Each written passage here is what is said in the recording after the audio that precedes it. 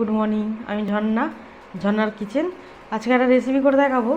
আজকে করব কদম পিঠে। কীভাবে বানায় দেখতে থাকুন, শুরু থেকে শেষ পর্যন্ত ভিডিওটা দেখতে থাকুন। চলুন দেখায়। আজকে একটু অন্যভাবে বানাবো।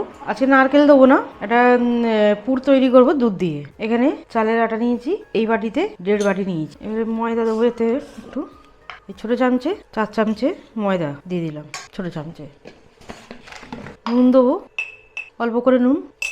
এখানে জল ফুটিয়ে নিয়েছি, 2 মিনিট ধরে জলটা ফুটিয়ে নিয়েছি।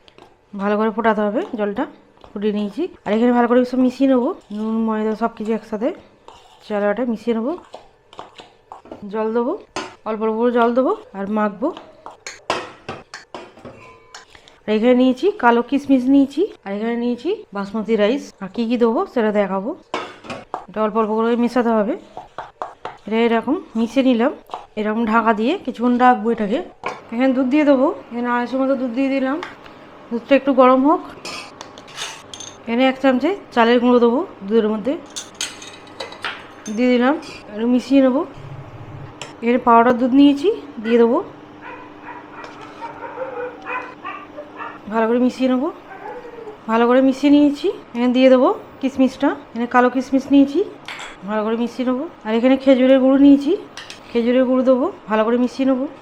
এটা একটু টানবে, শুকনো হবে। গুড় দিতে একটু পাতলা হয়ে গেছে, একটু হবে আরও। এটা এবারে হয়ে গেছে, এরকম হয়েছে। এখানে আমি 1 বাটি দুধ ব্যবহার করেছি ছোটো বাটিতে। এবার বন্ধ করে দেবো। ঠান্ডা হলে এটা একটু শক্ত হয়ে যাবে। এটা একটু ঠান্ডা হোক, ততক্ষণ আমি এবারে এইটাকে আটাটাকে ভালো করে মেখে নেবো। এরকম ঠান্ডা হোক। মেখে নিয়েছি, এরকম সাইজ করে নেবো। দিচ্ছি ছোটো ছোটো করে। শুকনো চালের আটা দেবো হাতে, বাটির মতো করে নেবো। এরকম ছোটো মতো বাটি করে নিলাম। আর একটু ঠান্ডা হয়ে গেছে, পুরটা দিয়ে মুখটাকে এরকম সিল করে দিতে হবে, দিয়ে এবারে গোল করে নিতে হবে। এরকম একটা করে নিলাম। এইভাবে সবগুলি করে নেবো। আবার আটা দেবো, নিয়ে আবার ফের বাটির মতো করে নেবো। এটা বাটির মতো হয়ে গেল, আবার দিয়ে দেবো, আবার গোল করে নেবো। আর রাইসটা ভিজিয়ে রেখেছিলাম, বাসমতি রাইসটা ফুলে গেছে। এইভাবে সবগুলি করে নেবো, আবার বাটির মতো করে নেবো। আমি ডোবো কুকারে করবো। ওদের জল দিয়ে দিয়েছি, দিয়ে একটা থালা দিয়ে দিয়েছি, ছিদ্র থালা, ওতেই করবো। জলটা ফুটতে দিয়ে দিয়েছি। আবার এইভাবে মুগনিকে সিল করে দিলাম, আবার গোল করে নিলাম। আবার এর রাইসের মধ্যে এইভাবে দেবো। এখন আমার জল ফুটে গেছে, আর এর মধ্যে একটু জল জল ভাব আছে, নাহলে চেপকাবে না। আমি খালি জলটাই ফেলে দিয়েছি, আর এটাকে শুকায়নি। আর এখানে একটু তেল নিয়ে নিয়েছি, তেল দেবো। এখানে জল বসিয়ে দিয়েছি, অল্প করে তেল দিলাম, দিয়ে বিরাসটা দিয়ে চারিদিক করে দেবো। এবারে একটা একটা করে দিয়ে দেবো। এইভাবে সব দিয়ে দেবো, একটু ছাড়া ছাড়া করে দেবো, যখন রাইসটা একটু বড় হয়ে যাবে, নাহলে জুড়ে যাবে। আর এইরকম খেতে বেশ ভালো লাগে। এটা নারকেল দিয়ে, আপনারা যদি নারকেল দিয়ে করতে চান নারকেল দিয়েও করা যাবে।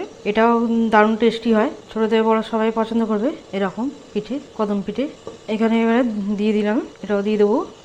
এবার এটা কিছু নেবো, নিয়ে ঢাকা দিয়ে দেবো। এখানে এরকম গামলা নিয়েছি কাঁচের, ঢাকা দিয়ে দেবো। এটা দিয়ে দিলাম, 20 মিনিট দিয়ে দিলাম। এবার এখানে বন্ধ করে দেবো, তুলে দেখবো, তুলে নেবো।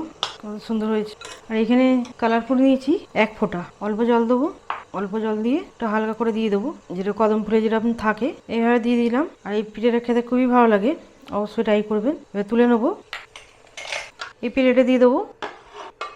কত সুন্দর হয়েছে, সবগুলো তুলে নেবো। সবগুলো রেডি হয়ে গেল, দেখতে কত সুন্দর হয়েছে, একদম রেডি কদম পিঠে। আমার রেসিপি ভালো লাগলে বন্ধুদের সাথে শেয়ার করবে, লাইক করবে আর সাবস্ক্রাইব।